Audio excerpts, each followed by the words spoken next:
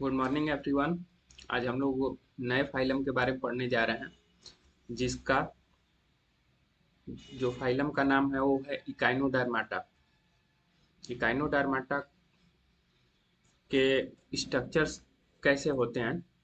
तो animals with an Indo skeleton made up of calcareous ossils giving them the name Echinodermata meaning spiny body। इसका मतलब ये है कि जो एनिमल्स होते हैं उनके अंदर इंडोस्केलेटन होते हैं, जो कैलकेरियस ऑसिल्स से बने होते हैं, यानी कैलकेरियस सेल्स से बने होते हैं, जो उनको एक डिफिनिट, आपको पता होगा कि कैलकेरियस से जो भी कैलकेरियस चीजें बनी होती हैं वो कठोर होती हैं, हार्ड होती हैं, और वो बॉडी को एक शेप देती हैं। तो उसी के नाम पे इकाइनोडर्माटा पड़ा है, जिसका मतलब होता है स्पाइनी बॉडी, मतलब कंटीले युक्त शरीर। जैसे आप जनरली देखे होंगे स्टार, सी स्टार को देखे होंगे, तो उसमें स्पिक्यूल्स निकले होते हैं स्टार को। जब देखेंगे सी स्टार्स को तो ये जो फाइव उसके पेंटाडक्टाइल है, ये 5 जो आर्म्स हैं उसके, इस पे आप देखेंगे तो छोटे छोटे स्पाइंस निकले होते हैं। हैबिटेट क्या है? तो इसमें all marine found in the sea, इसमें सभी मैरीन है, ये समुद्र में पाए जाते हैं, खारे पानी में पाए जाते हैं, इसमें कोई फ्रेश वाटर नहीं है। ऑर्गेनाइजेशन क्या होता है? तो exhibit an organ system level of organization, इसमें organ system level of organization होता है।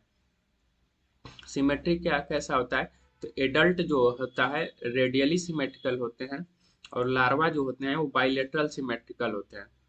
तो ये देखिए, एडल्ट रेडियली सिमेट्रिकल है कि आप रेडियस से कहीं से भी इनको 2 भागों में बांट सकते हैं। ये देखिए, ऐसे या ऐसे। जबकि लार्वा जो है बाइलेटरल सिमेट्रिकल होता है। इसका मतलब कि जब ये लार्वा होता है तो केवल आप उसको 2 भागों में बांट सकते हैं बीच से। और इन ये 2 टॉपिक ये बताते हैं कि इसका डेवलपमेंट जो है वो इनडायरेक्ट होता है, यानी इसका जो इम्ब्रियो होता है या जो अर्ली स्टेज होता है वह एडल्ट एडल्ट स्टेज से डिफरेंट होता है। बॉडी प्लान क्या क्या है? तो ये ट्रिप्लोब्लास्टिक होता है, यानी इसमें 3 जर्म लेयर पाए जाते हैं, ectoderm, mesoderm and endoderm. Coelomate होता है, एक have a true body cavity, एक इसमें सिलोम पाया जाता है जो जिसमें कैविटी प्रेजेंट होती है। Digestive system complete digestive system, यानी एक्सक्रेटरी के लिए पोर अलग होते हैं और फीडिंग के लिए पोर अलग होते हैं। जैसे माउथ जो होता है लोअर साइड होता है, वेंट्रल साइड, जैसे ये ऐसे चलते हैं समुद्र में, तो माउथ जो होता है नीचे होता है। नीचे का मतलब ये इसलिए कि वो ऐसे चलते हैं तो फीडिंग मैकेनिज्म नीचे है, क्योंकि पानी के ऊपर जब चलेंगे तो पानी के नीचे जितने भी जानवर होंगे, एनिमल्स होंगे, इनके प्रे होंगे, उनको कैप्चर करने में आसानी होती है। ठीक है। और एनस अपर साइड होता है, डॉर्सल साइड के साइड।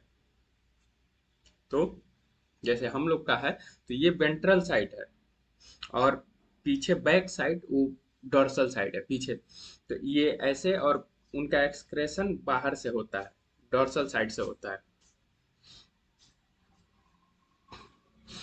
यूनिक फीचर इसमें क्या क्या पाए जाते हैं?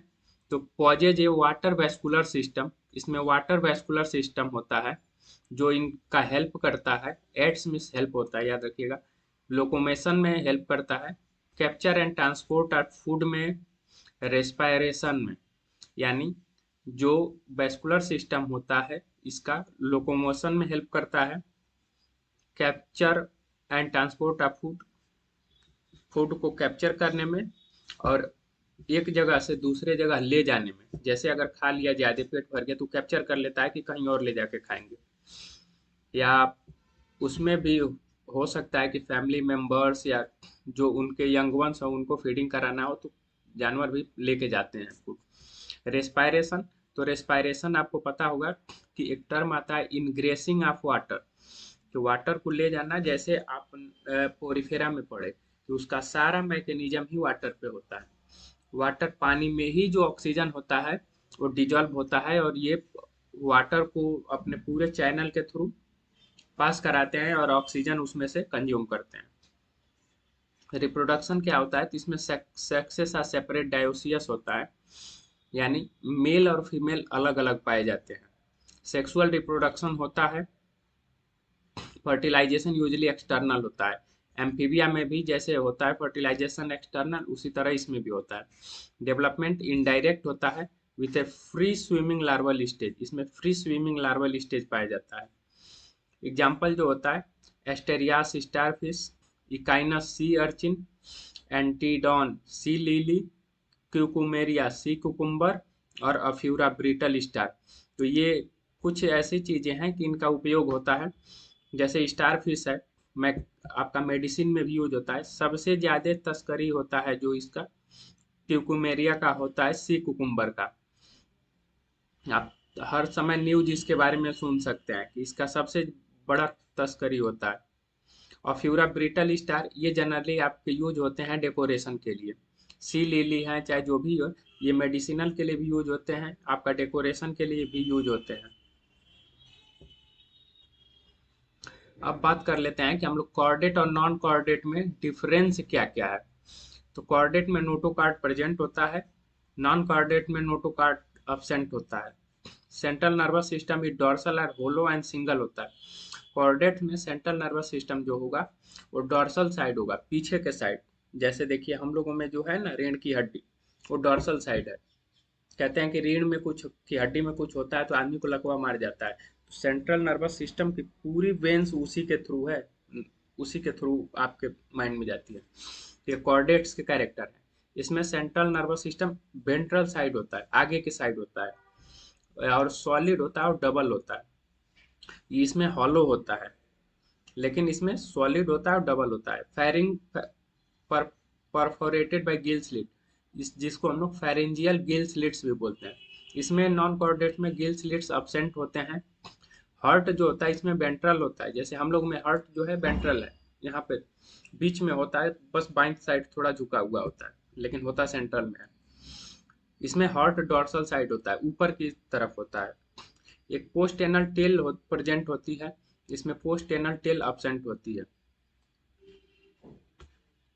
जैसे इसमें देखिए ये पोस्ट एनल टेल है, ये डॉर्सल होलो नर्व कार्ड है, ये और ये आपका नोटोकॉर्ड है।